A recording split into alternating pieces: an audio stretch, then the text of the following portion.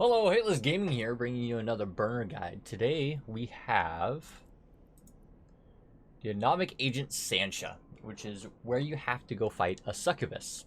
The succubus presents a unique challenge in that it is an afterburner fit, and the succubus bonus for the afterburner is that they go really fast.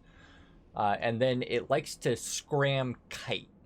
Which means that it activates a scram, which means you cannot use a micro warp drive. You cannot, you can't use a micro warp drive. And then he does EM thermal damage, and he goes really fast and likes to orbit you at 16 kilometers. So there's a couple of requirements that we need to hit to be able to beat this burner. And this is the old style fit, and I'll have another video in the near future after I get through how I'm currently doing them. But there's a way to do this with the Nurgle as well. But this is the way that I prefer to do it. I really like the Daredevil way. So we're going to show off the Daredevil way today. He's a really simple burner. Skill-wise, this is probably one of the easiest ones. But first we'll go over the fit, and then I'll go over the required skills. So for the fitting, we have Neutron Blaster 2s. You can use metaphors, the Mega Anal Neutron Blasters. Or faction if you want, and use antimatter if you don't have the skills. And then we have a Coreli A-type afterburner. This is important. You need to be able to move. A Thukker small cap battery and a Federation Navy Stasis Webifier. Again, really important. Remember how I said he orbits at 16? We need to be able to catch him with the web, and that requires a faction web to be able to do. And then we have an A-type EM Hardener and a second A-type EM Hardener.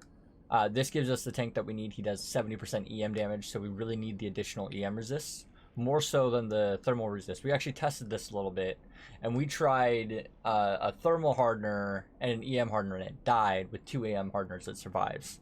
Magnetic field stabilizer for additional DPS just to clear it faster, and then a Coreli A-type small armor repper. Again, the A-type is really important.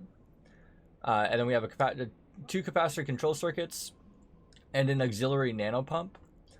This gives us a rep rate of 34.5% or 34.5 HP a second with resistances cold of 8635, which are the 2 important resistances here. And then the DPS, we have a lot more than we need, but it kills it quickly. You can get away with a lot less, but you need to have enough DPS to be able to break it, and I don't know that exact number. So there's that. The fitting's really easy. It's simple. I know it's kind of on the expensive side because we have to use a lot of faction and dead space gear, but it does it really well, and I like it. For the skills required, you're going to need to have your Mimitar frigate. Where's it at? Mimitar frigate to 4. But you want it to 5 because the Mimitar frigate gives the web bonus on the Daredevil. So for each additional level of Mimitar frigate, you get 9% additional effectiveness on the web, which makes you able to catch it faster. But you can get away with it to 4. In navigation, you're going to need navigation to 5 for the subwarp velocity per skill level. You might be able to get away with 4. And then there's one that helps the afterburner speed bonus, which is acceleration control. You're going to need that guy. And then in armor, a must is armor repair systems to 5. This will give you the survivability needed. And then the rest, gunnery all to level 4, because that's what I recommend for all burners if you don't have a DPS requirement. And then we're using small blasters, which means that we need small blaster spec to use that. But if you lack small blaster spec or small hybrid turrets to 5, you can get away with it to 4 and use the metaphor guns and antimatter, which will also work. You don't need a lot of DPS. I've killed this guy with very low DPS. That's really all for the skills. I don't know if the fitting's tight or not. It's actually pretty loose on CPU, tight on power grid, so you're going to need the power grid skills. I think this means advanced weapon upgrades to at least 4. You lack advanced weapon upgrades to 4, you may need to use an implant. Or to 5, you may need to use an implant. The capacitor runs for 3.5 minutes. This burner is shorter than 3.5 minutes, so we don't worry so much about capacitor. And then if we simulate with the guns off, I believe it's cap stable. Well, we got 9 minutes to catch it, and then we have a minute, 2 or 3 minutes to kill it. And if you do really need cap, you can turn this off for a couple cycles. But that is very rare to need. The fight is really simple. We simply go in. We always overheat one of the hardeners. If you run into panic, you overheat the second hardener before overheating the repper. So what we're going to do is we're just going to lock them up. And I'm going to give you guys a bad example. If you want to see a perfect example of this, I have a old video with a very similar fit. And as you can see, we turn on the Afterburner. He orbits at 17. And if you catch him quickly enough, what can happen is you can catch him at like 5 kilometers and you don't have to chase him down. It's really awesome. But in order to catch him, we're going to have to overheat the web. And then once we have him webbed, we now have range control since we're faster than his web speed. And then once this number right here gets under 14, we can turn off the heat on the web. And then I prefer to overheat the Afterburner to close this gap. It makes it just a little bit faster and a little bit easier.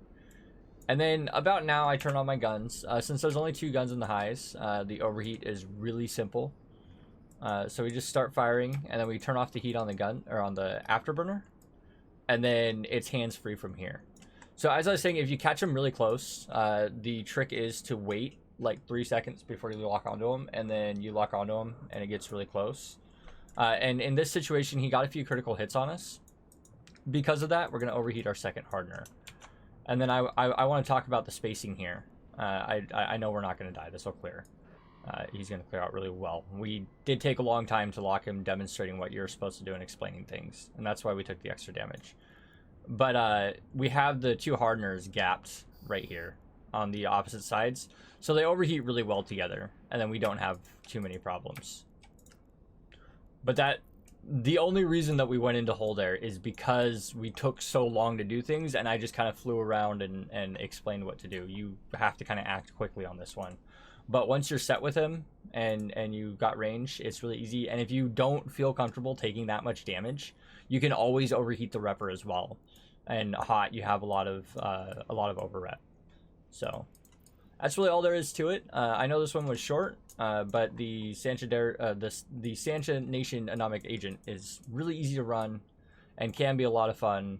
He's also claimed a few of my ships, but the fit now with the 2 hardeners is a lot better than the fit was before the patch.